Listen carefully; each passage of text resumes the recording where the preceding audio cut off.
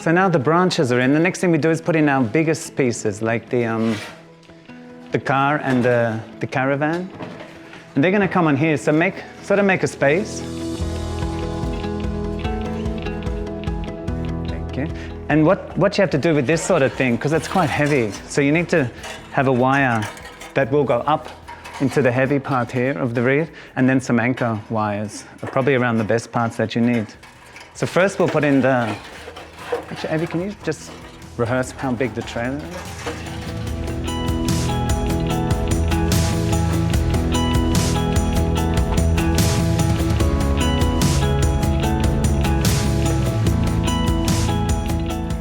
And sometimes it's nice not to have everything so straight, you know, so it's a bit flowing.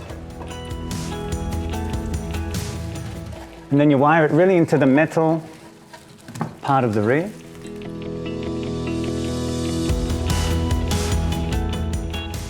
And again, wire it in here.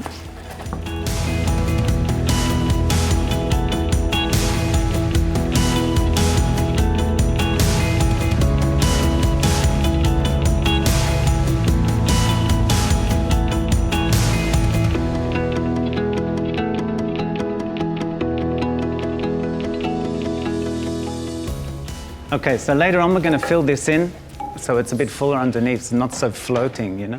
Next thing I'm going to do is put in, we left a spot in the top for a feature, so I'm going to put him in the top, up in the middle there, and maybe the bear here, or even here.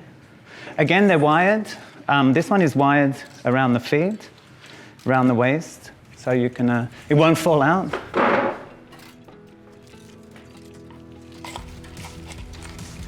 Again, wire it to the back.